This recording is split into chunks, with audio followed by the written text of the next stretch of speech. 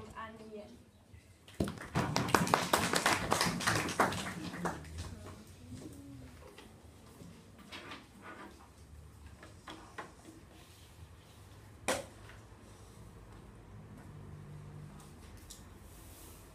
Mr. Speaker, we recognize that poverty is an endemic problem of today's world.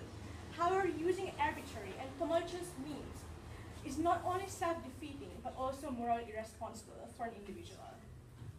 To our POI, they answered that, is it more responsible because it solves poverty? They said yes, therefore they set a really high burden on themselves, because we believe that their burden to prove is that this actually is going to have some practical benefits, and that's why it's like morally responsible. Now, just to clear things up, we think it's extremely important in this debate to clear some notions. For example, what's basic need? We think basic need is general food and shelter, but even if they extend this definition to more things, we think that it's generally a really significant sacrifice for the individual. Moving on, what's moral responsibility? We think moral responsibility is contingent upon utilitarianism. We think that they didn't give a sufficient definition for that. We think that a measure of moral responsibility based on utilitarian calculus is which side achieves the net which side achieves better the net total happiness. We are going to bring you 2 points today. Firstly, why we believe that side the proposition proposes unnecessary charity, and secondly, George, our second speaker, is going to talk about why this is going to lead to dependency and why it's immoral. But before that, I'm going to do a couple of points of rebuttals. 4 points.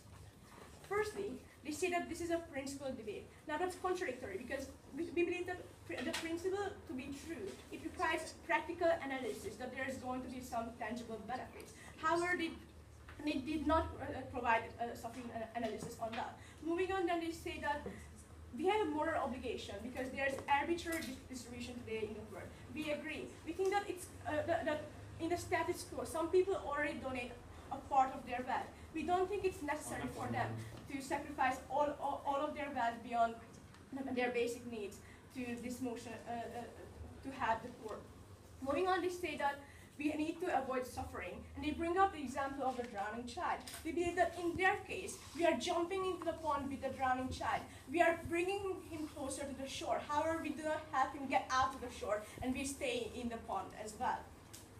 And then they bring up a couple of points of benefits, and they say that $5 is enough, for example, to have a poor child in a developing country. Now we believe that, firstly, if $5 is already enough, then why do we need to give up all of our wealth beyond our basic needs? And we also think that this clashes with our substantive argument. So moving on to our substantive case. Now, thank you. We believe that unnecessary charity is not anyone's moral responsibility. 2 points on that. Firstly, we are going to talk about the nature of moral responsibility. We think that moral responsibility is contingent on circumstances. And because we believe a moral code is shaped by the reality of our social environment. I will take you in a minute. For example, let's illustrate it with the example of cheating. We think that cheating is widely regarded as a moral bad. However, if the circumstances change, if the teacher doesn't give you enough time to prepare, if the teacher doesn't prepare you well enough, and if your future depends on it, we think that sometimes when the expectations are unrealistic, it is more responsible to, for example, cheat in that case. In terms of today's debate, I think we are currently in an environment where overwhelmingly more people meet their basic needs than don't. According to the World Bank, about 10% is under the poverty line, which means that an overwhelmingly more percentage of people are above it, and more people meet their basic needs than don't. Which means that we think that stripping everyone or the large majority of a society of everything beyond their basic needs is not in the societal interest. Therefore, the individual act of giving up a significant portion of your wealth is morally irresponsible. I'm going to take you right now. If $1 can buy me a fur coat and can buy a poor person a meal, then by your own utilitarian calculus, how can I justify keeping that money for myself instead of making a poor person happy? Thank you, but that's all right, because we think that we can, in the status quo, we can donate $4, for example, for that person. However, we don't need to give up everything beyond our basic needs and just, for example, keep keep food and shelter for ourselves. So,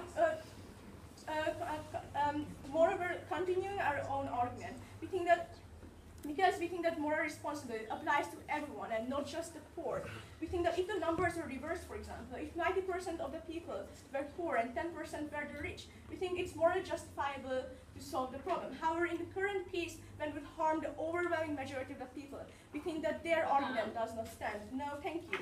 Which brings me to the second part of my main argument. Why we think that this unnecessarily deprives people of happiness. We think that less of a sacrifice would be enough to alleviate poverty and allow you to self-actualize, which is really important. We think that it is great that some people are right now currently in a status quo, already feel more responsible to donate some of their wealth to the people. However, if they were morally responsible to donate all of their wealth beyond their basic needs, that would mean that they would, even if the decision was an inner irrational urge, we think that would make that they are making a stupid and morally irresponsible decision. Why? 2 points on that. Firstly, we think that they will lose their future ability to donate more to the poor, and which is really harmful because under the status quo, the standard of living of the poor is already rising. And the second point, which is even more important, they are depriving themselves of a decent life that includes more than just food and shelter.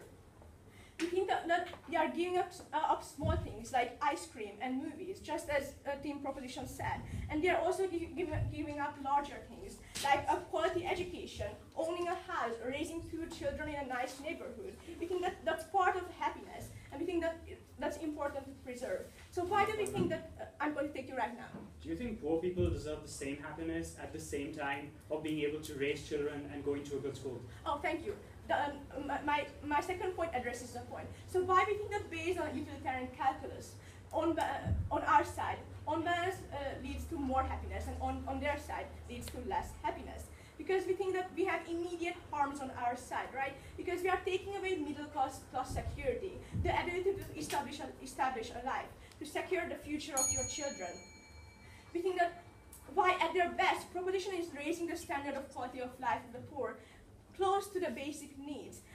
That's not going to be much better for a poor person, right? They are still going to be very poor. Why we are taking away the happiness of a significant portion of the society. This is harmful because if we compare the happiness of the overwhelming majority, we don't think that the slight bonus for the quality of life for the poor can be compared to this. And for all of these reasons, we think that individuals don't have a moral responsibility because given the current circumstances on which moral responsibility is contingent upon, and it harms the majority of the society. And because we believe that the net global happiness is going to be reduced, we are very happy to oppose. Yeah.